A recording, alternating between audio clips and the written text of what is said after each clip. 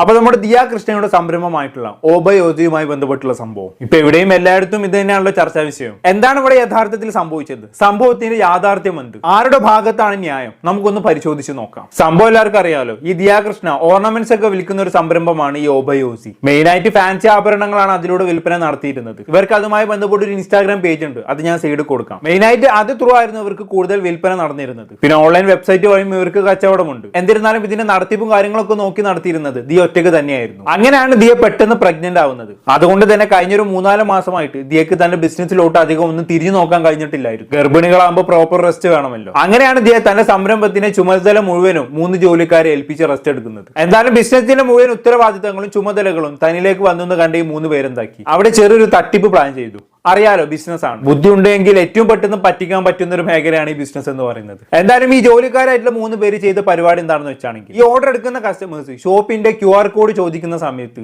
ഈ ജോലിക്കാർ എന്താക്കിയെന്ന് അറിയോ, ഇവരുടെ തന്നെ സ്വന്തം QR കോഡ് അങ്ങ് അയച്ചു കൊടുത്തു. അങ്ങനെ QR കോഡ് വെച്ച് പല കസ്റ്റമേഴ്സും പേയ്മെന്റ് ചെയ്തു. അങ്ങനെ കിട്ടുന്ന പേയ്മെന്റ് ഇവർ 3 പേരും എന്താക്കും, വീതിച്ച് അങ്ങ് എടുക്കാൻ തുടങ്ങും. ഒരു ഓബൈ ഓജിന്റെ ഒരു ഓർണമെന്റ്സിന് ഒരു 1500 രൂപയാണ് വിലയെങ്കിൽ ഈ 1500 രൂപ കിട്ടിക്കഴിഞ്ഞാണെങ്കിൽ 500 വെച്ച് 3 പേരും കൂടെ അങ്ങ് വീതിച്ചെടുക്കും. ഇതാണ് ഇവർ ചെയ്തുകൊണ്ടിരുന്നത്. ഇനി ഈ ഓർഡർ ചെയ്ത കസ്റ്റമറിന് അങ്ങനെ പ്രൊഡക്റ്റ് എത്തിക്കുമെന്ന് ചോദിച്ചു കഴിഞ്ഞാണെങ്കിൽ ഇവർ ഈ സ്റ്റോക്കിന്റെ കണക്കിൽ കൃത്രിമത്വം കാണിക്കും. ഇപ്പൊ ഒരു ഓർണമെന്റ്സ് ഒരു 100 എണ്ണം വന്നിട്ടുണ്ടെങ്കിൽ അത് അവർ എത്ര 99-98 എണ്ണമായിട്ട് കാണിക്കും. എന്നിട്ട് ആ കുറവ് കാണിച്ച് അത്രയും മുക്കും. എന്നിട്ട് അവരത് ഈ ഓർഡർ ചെയ്ത കസ്റ്റമറിന് എത്തിച്ചു കൊടുക്കും. ഇതാണ് ഇവർ ചെയ്തുകൊണ്ടിരുന്നത്. ഇങ്ങനെ നോക്കുമ്പോൾ കസ്റ്റമറിന് എന്താണ്, പൈസ അടിച്ചു, ആ പൈസക്ക് വേർത്തായിട്ടുള്ള പ്രൊഡക്റ്റ് കിട്ടി. ദിയ ആണെങ്കിൽ ഒരു പച്ചക്ക് വഞ്ചിക്കുകയും ചെയ്തു. ഇതിങ്ങനെ വലിയ പ്രശ്നങ്ങളൊന്നും ഇല്ലാണ്ട് കുറച്ചു കാലം മുന്നോട്ട് പോയി. അങ്ങനെ ഇരിക്കുകയാണ് ഒരു ദിവസം ദിയ തന്റെ സുഹൃത്തായിട്ടുള്ള കസ്റ്റമറുമായി സംസാരിക്കുന്നത്. അപ്പൊ അവര് ദിയയുടെ കടയിൽ നിന്ന് കുറെ സാധനങ്ങളൊക്കെ മേടിച്ചിട്ടുണ്ടായിരുന്നു. അപ്പൊ അതിനെക്കുറിച്ച് ആ കസ്റ്റമർ ദിയയോട് സൂചിപ്പിച്ചപ്പോ ദിയയുടെ മറുപടി, ഞാനതൊന്നും അറിഞ്ഞിട്ടില്ലായിരുന്നല്ലോ എന്നുള്ളതാണ്. അങ്ങനെ ഡൗട്ട് തോന്നി ദിയ എന്താക്കി, ഈ ഷോപ്പിലെ കണക്കുകളൊക്കെ ഒന്ന് പരിശോധിച്ച് നോക്കി. അങ്ങനെയാണ് തട്ടിപ്പ് നടന്നിട്ടുണ്ട് എന്ന് ദിയ മനസ്സിലാക്കുന്നത്. ചെറിയ ചെറിയ ഓർഡറുകൾ തൊട്ട് വലിയ വലിയ ഓർഡറുകൾ വരെ ഇതേമാതിരി ഇവർ തട്ടിയെടുത്തിട്ടുണ്ട് എന്നുള്ളതാണ്. 50,000 രൂപയുടെ വലിയ ഓർഡർ പോലും ഇവർ യാതൊരു കൂസലും ഇല്ലാതെ തട്ടിയെടുത്തിട്ടുണ്ട് എന്നുള്ളതാണ്. അതും ഏകദേശം 10 മാസത്തോളം ഒരു കുഞ്ഞു പോലും ഇത് പുറത്തറിഞ്ഞിട്ടില്ലായിരുന്നു. അതിസമർത്ഥമായിട്ടായിരുന്നു ഇവർ പറ്റിച്ചുകൊണ്ടിരുന്നത്.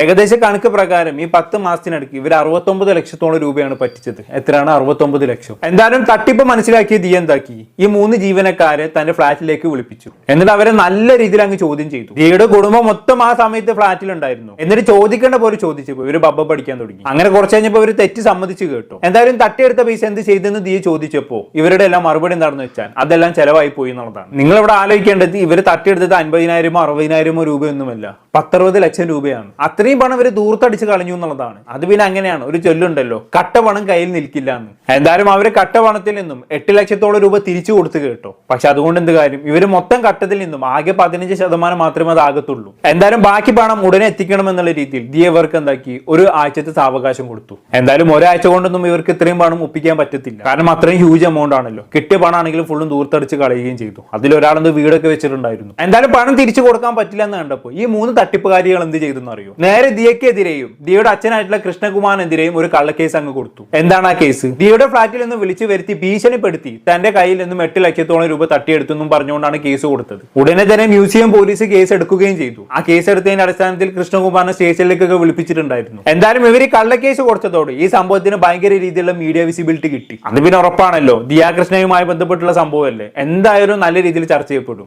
എന്തായാലും മീഡിയ വിസിബിലിറ്റി കിട്ടിയതോടെ സംഭവം മാധ്യമങ്ങളിൽ നല്ല രീതിയിൽ ചർച്ചയായിട്ട് മാറി. പക്ഷെ അപ്പോഴും ഇത് ഭയങ്കര കൺഫ്യൂസിംഗ് സ്റ്റേജിലൂടെ ആയിരുന്നു പോയിക്കൊണ്ടിരുന്നത്. ആരുടെ ഭാഗത്താണ് ശരി, ആരുടെ ഭാഗത്താണ് തെറ്റെന്ന് തിരിച്ചറിയാൻ പറ്റാത്ത ഒരു അവസ്ഥയായിരുന്നു അപ്പോൾ. ഇപ്പൊ ഇന്നലെ പകരം നടന്ന സംഭവ വികാസങ്ങൾ പലരും കണ്ടു കാണും. ഈ ദിയക്കെതിരെ വ്യാജ കേസ് കൊടുത്ത തട്ടിപ്പുകാരികൾ മീഡിയകളിൽ വന്ന് എന്തൊക്കെയോ പറയുന്നു, ദിയയും അച്ഛനും അപ്പുറത്ത് കിടന്ന് വേറെ എന്തൊക്കെയോ പറയുന്നു. അങ്ങനെ ഫുള്ളും ഒരു കൺഫ്യൂഷൻ ആയിരുന്നു അല്ലേ. എന്തായാലും ആ സമയത്തൊക്കെ ഈ തട്ടിപ്പുകാരികൾ പറഞ്ഞിരുന്ന ന്യായീകരണം എന്താണെന്ന് വെച്ചാണെങ്കിൽ, ദിയ ടാക്സ് വെട്ടിക്കാൻ വേണ്ടി താങ്കളുടെ അക്കൗണ്ടിൽ പൈസ നിക്ഷേപിച്ചതാണ്, അങ്ങനെയാണ് ഇങ്ങനെയാണ് എന്നൊക്കെയാണ് അല്ലേ. എന്തായാലും മൊത്തത്തിൽ ഒരു കൊഴിഞ്ഞു മറിഞ്ഞ അവസ്ഥയായിരുന്നു. എന്തായാലും അങ്ങനെ പോയിക്കൊണ്ടിരിക്കുകയാണ് ദിയ കൃഷ്ണയുടെ അമ്മയായിട്ടുള്ള സിന്ധു കൃഷ്ണ, ദിയയും ദിയയുടെ ചേച്ചിയായിട്ടുള്ള അഹാന കൃഷ്ണയും കൂടി ഈ തട്ടിപ്പുകാരികൾ സ്വന്തം ഫ്ളാറ്റിൽ വെച്ച് ചോദ്യം ചെയ്യുന്ന ദൃശ്യങ്ങൾ പുറത്തു വിടുന്നത്. അതോടെയാണ് സംഭവത്തിന്റെ യഥാർത്ഥ വശം കലങ്ങി തെളിയുന്നത്. നമുക്ക് എന്തായാലും അതിന്റെ ചില ഭാഗങ്ങളൊന്ന് കണ്ടുനോക്കാം.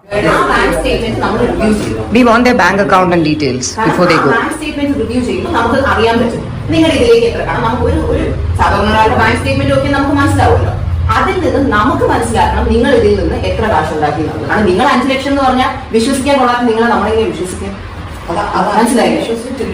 അതായത് വിശ്വസിച്ചില്ല. ഓസിയുടെ ഒരു മാസം ബിസിനസ്സിന് എത്ര കിട്ടുന്നത് നിങ്ങൾക്ക് പറയാം, നമുക്കും അറിയാം. അതിന്റെ പകുതിയാണ് 5 ലക്ഷം. നിങ്ങൾ എത്ര വർഷം മുമ്പ് ആദ്യം ചെയ്തത്? എത്ര നാള് മുമ്പാണ് നിങ്ങൾ ഈ മോഷണം? ഫുൾ 7,63,434 അത് കിട്ടിയ സ്ക്രീൻഷോട്ട്സ് മാത്രം കിട്ടാത്ത സ്ക്രീൻഷോട്ട്സ് അത് ഞാൻ പറഞ്ഞിട്ടില്ലേ. ശരി, ആരാണ് ഇത് സ്റ്റാർട്ട് ചെയ്തത്? നിങ്ങൾ അല്ല പുള്ളിക്ക് ഇത് വേസ്റ്റാണ്. ഇവർ ഒരാൾ പോലും സത്യം പറയുന്നില്ല. ഞാൻ ഇപ്പൊ ഒറ്റക്കെട്ടാകുമ്പോ ഒരുമിച്ച് പോകാലോ, കൂട്ടുകാണോ? പിന്നെ ഒന്നും ഒരു സെക്കൻഡ്, ഇത് ആരാണ് ആദ്യം സ്റ്റാർട്ട് ചെയ്തത്? വിനിതയാണ് ആദ്യം വന്നത്. എത്ര നാൾ മുമ്പാണ് ഇത് ആദ്യം അടിച്ചത്? ആ ടൈം ലൈൻ പറയും. ഒരു പ്രാവശ്യം സത്യം പോകാൻ മനസ്സിലായത്. നിങ്ങൾക്ക് പറഞ്ഞ് മനസ്സിലാക്കി കൊടുത്തൂടെ? സത്യം പറഞ്ഞാൽ നമുക്ക് ഇത് ക്ലീൻ ആയിട്ട് ഡീൽ ചെയ്യാം. അല്ലെങ്കിൽ ഇപ്പൊ ഞാൻ ഈ ചോദിക്കുന്നത് പോലെ പോലീസ് ആയിരിക്കും എന്ന് ചോദിക്കുന്നത്. വല്ല ആവശ്യമുണ്ടോ അതിന്റെ? നമുക്ക് ആഗ്രഹമില്ല. എനിക്ക് ഒരിടത്ത് പോകണമെന്നില്ല. കാരണം നമുക്ക് അതിനുള്ള സമയമില്ല, സാവകാശമില്ല. പക്ഷെ ചെയ്തേ പറ്റൂന്ന് വെച്ചാൽ നമുക്ക് വേറെ വഴിയില്ല.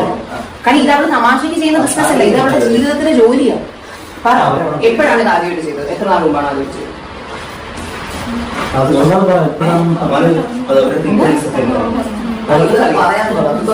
അറിയില്ല, പക്ഷെ ഈ കുട്ടി പറഞ്ഞു ഓഗസ്റ്റിലാണെന്ന് പറഞ്ഞു. ഓക്കെ, അപ്പൊ ഓഗസ്റ്റ് തൊട്ട് ഈ തട്ടിപ്പ് നടക്കുന്നുണ്ട് അല്ലേ? ഓഗസ്റ്റ് വെച്ചും കൊണ്ട് കണക്ക് കൂട്ടാണെങ്കിൽ ഏകദേശം 10 മാസത്തോളമായി ഇവര് ദിയെ പറ്റിച്ചോണ്ടിരിക്കുകയാണ്. എന്തായാലും ഇവര് കരുതി കാണും ഒരു കാലത്തും താൻ പിടിക്കപ്പെടില്ല എന്ന്. അതുകൊണ്ട് തന്നെ സുഖിച്ച് അങ്ങനെ മുന്നോട്ട് പോവായിരുന്നു അല്ലേ? എന്തായാലും സംഭാഷണത്തിൽ നിന്ന് തന്നെ മനസ്സിലാക്കാൻ പറ്റുമല്ല. ആദ്യം ഇവര് പറയുന്നത് ഞങ്ങൾ ആകെ 5 ലക്ഷം രൂപയെ തട്ടിയിട്ടുള്ളൂ എന്നതാണ്. പക്ഷെ ശരിക്കും പറഞ്ഞാൽ ഇവർ 69 ലക്ഷത്തോളം തട്ടിയിട്ടുണ്ട്. എന്നാൽ കണക്ക് ചോദിക്കുമ്പോൾ ഇവര് വബ്ബ പഠിക്കുന്നുണ്ട്. കാരണം അത്രയും കണക്കില്ലാതെയാണ് ഇവര് കാശ് മുക്കിയിട്ടുള്ളത്. എന്തായാലും ബാക്കി കൂടി കേട്ടോക്കാം. I think we should be calling the police. We should be calling the police. Aadhaar card ഉണ്ടോ കയ്യിൽ? ഇതൊക്കെ എവിടെ കൊണ്ട് ആധാർ കാർഡും ID കയ്യിൽ വെക്കത്തില്ലേ? ആ സ്കൂട്ടർ ആരാ ഓടിച്ചു വന്നേ? ഇവന്മാരാ?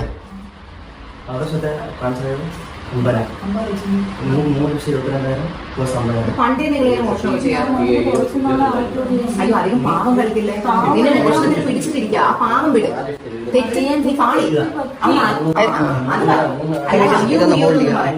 എന്തൊരു പാവം ചേച്ചില്ലേ, തെറ്റ് പറ്റിന്നൊക്കെ. ആ കുറ്റസമ്മതം നോക്കി നിങ്ങള്. 10-69 ലക്ഷം റുപ്യയുടെ തട്ടിപ്പ് നടത്തിയിട്ട് വന്നിരുന്നു കഴിഞ്ഞിട്ടാണ് പറയുന്നത് തെറ്റ് പറ്റിന്നൊക്കെ. ഈ ചില്ലറ എമൗണ്ട് ഒന്നും വലിയ 69 ലക്ഷം എന്ന് പറയുന്നത്. ഇപ്പൊ 69,000 രൂപയാണെങ്കിൽ പോട്ടെന്ന് വെക്കാം. ഇനിയിപ്പോ 6,09,000 ആണെങ്കിൽ കൂടി ഒരു ബിസിനസിന്റെ പെർസ്പെക്ടീവിൽ നോക്കുമ്പോൾ ഒരു പരിധി വരെ എങ്ങനെയെങ്കിലും ഒക്കെ ബാലൻസ് ചെയ്യാം അല്ലെ? പക്ഷെ 69 ലക്ഷം എന്നൊക്കെ പറയുമ്പോൾ ആ ബിസിനസ് തന്നെ അങ്ങ് തകർന്ന തരിപ്പണായി പോകും അല്ലെ? അത്രയും വലിയ എമൗണ്ട് ആണ് ഇവർ അടിച്ചു മാറ്റിയിരിക്കുന്നത്. എന്നിട്ട് പിടിക്കപ്പെട്ടപ്പോ വന്ന് ഇരുന്നും കഴിഞ്ഞിട്ട് ഒടുക്കത്തെ കുമ്പസാരം തെറ്റ് പറ്റിപ്പോയി.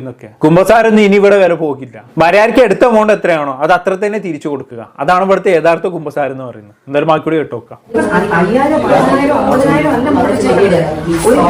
5 ലക്ഷത്തിന്റെ തിരിമറി കൂടുതൽ നടത്തിയിട്ടിരിക്കുകയാണ് 3 കള്ളികൾ.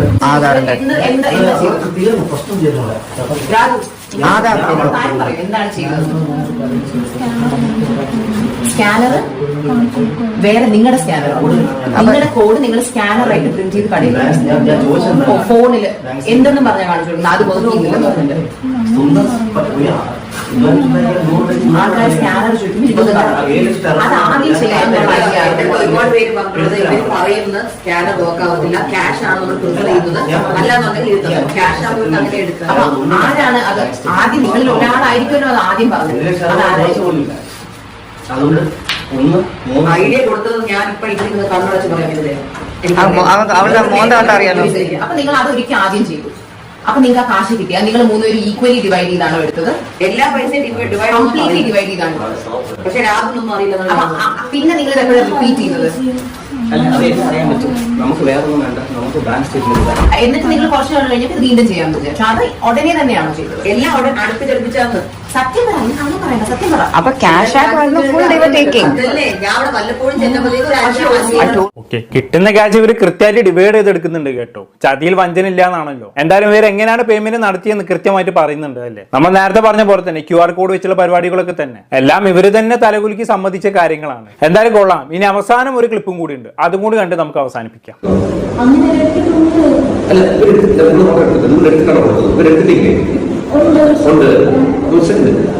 ഇവർക്ക് നിങ്ങൾ അയച്ചു കൊടുക്കുന്നതിനാണ്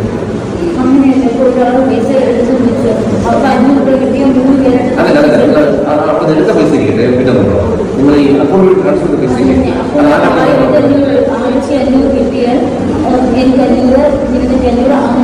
ശരി. നിങ്ങൾക്ക് ഏകദേശം നാട്ടില്ല അല്ലേ? 3 ലക്ഷം വരെ ഓർമ്മയുണ്ട്. 10 ലക്ഷം എടുത്തിട്ടുണ്ടല്ലോ.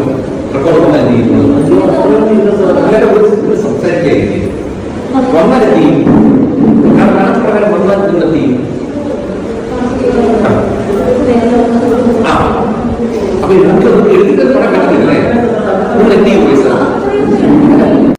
കണക്ക് പ്രകാരം എത്ര തുകയാണ് വന്നത് അത് മുഴുവനും തരാന്ന് ഇവർ ഏറ്റു പറഞ്ഞിട്ടുണ്ട് അല്ലേ. ഇതും പറഞ്ഞിട്ടാണ് ഇവർ ദിയന്റെ ഫ്ലാറ്റിൽ നിന്ന് ഇറങ്ങിപ്പോയത്. അങ്ങനെ ദിയ കണക്കുകൾ മൊത്തം അയച്ചു കൊടുത്തു. ഞാൻ നേരത്തെ പറഞ്ഞ പോലെ തന്നെ 69 ലക്ഷത്തോളം രൂപ വരും. അതെന്തായാലും ഇവരെ കൊണ്ട് തിരിച്ചടയ്ക്കാൻ പറ്റില്ല. അപ്പൊ ഇവര് കണ്ട വഴിയാണ് ദിയക്കെതിരെയും ദിയന്റെ അച്ഛനെതിരെയും കള്ളക്കേസ് കൊടുക്കാന്നുള്ളത്. പക്ഷെ അത് ഇവര് വിചാരിച്ച പോലെ അങ്ങോട്ട് ഏറ്റില്ല. എന്തായാലും വഞ്ചന കുറ്റത്തിന് ദിയയും അച്ഛനും തിരിച്ച് അങ്ങോട്ടൊരു കേസ് കൊടുത്തിട്ടുണ്ട് കേട്ടോ. ഇനിയിപ്പോ ഇന്ന് ഞായറാഴ്ച ആയതുകൊണ്ട് നാളെ ഇതുമായി ബന്ധപ്പെട്ടുള്ള തെളിവെടുപ്പുകളും മറ്റൊക്കെ നടക്കത്തുള്ളൂ. എന്തായാലും ഏകദേശം 90% ഉറപ്പായിട്ടുണ്ട് ഇവര് തട്ടിപ്പ് നടത്തിയിട്ടുണ്ട് എന്നുള്ളത്. ഇനി അന്വേഷണ സംഘത്തിന്റെ ഭാഗത്തു നിന്നുള്ള ഒരു കൺഫർമേഷൻ മാത്രമേ ആവശ്യമുള്ളൂ. എന്തായാലും ഇവിടെ ദിയ ചെയ്ത ഏറ്റവും വലിയ തെറ്റ് എന്താണെന്ന് വെച്ചാൽ ജോലിയിൽ ആത്മാർത്ഥത കണ്ട് 3 പേര് ആ ബിസിനസ് ഏൽപ്പിച്ചു എന്നുള്ളതാണ്. ഒരിക്കലും അത് ദിയ ചെയ്യാൻ പാടില്ലായിരുന്നു. ശരിക്കും പറഞ്ഞാൽ പുറമേ നോക്കുന്നത് പോലെയല്ല ഒരാളുടെ അകം. അതുകൊണ്ട് തന്നെ എന്തൊരു ബിസിനസ് ആണെങ്കിലും അത് ഏൽപ്പിച്ചു പോകേണ്ട ഒരു സാഹചര്യം വന്നു കഴിഞ്ഞാണെങ്കിൽ ആത്മാർത്ഥതയേക്കാൾ ഉപരി വിശ്വാസമുള്ള ആളുകളെ ഏൽപ്പിക്കുക. ഇല്ല എന്നുണ്ടെങ്കിൽ ഇതൊക്കെ തന്നെ ആയിരിക്കും അവസ്ഥ. ഇനി എങ്ങനെ OG 69 ലക്ഷത്തോളം രൂപ മേക്കപ്പ് ചെയ്യുന്നതാണ് ഞാൻ ആലോചിക്കുന്നത്. കൂടുതലായിട്ട് ഞാനൊന്നും ഇവിടെ പറയുന്നില്ല. എന്താണ് കേട്ട് നിങ്ങൾക്ക് തോന്നുന്നത് താഴെ കമന്റ് ബോക്സിൽ രേഖപ്പെടുത്തുമല്ലോ. അടുത്തൊരു ടോപ്പിക്കുമായി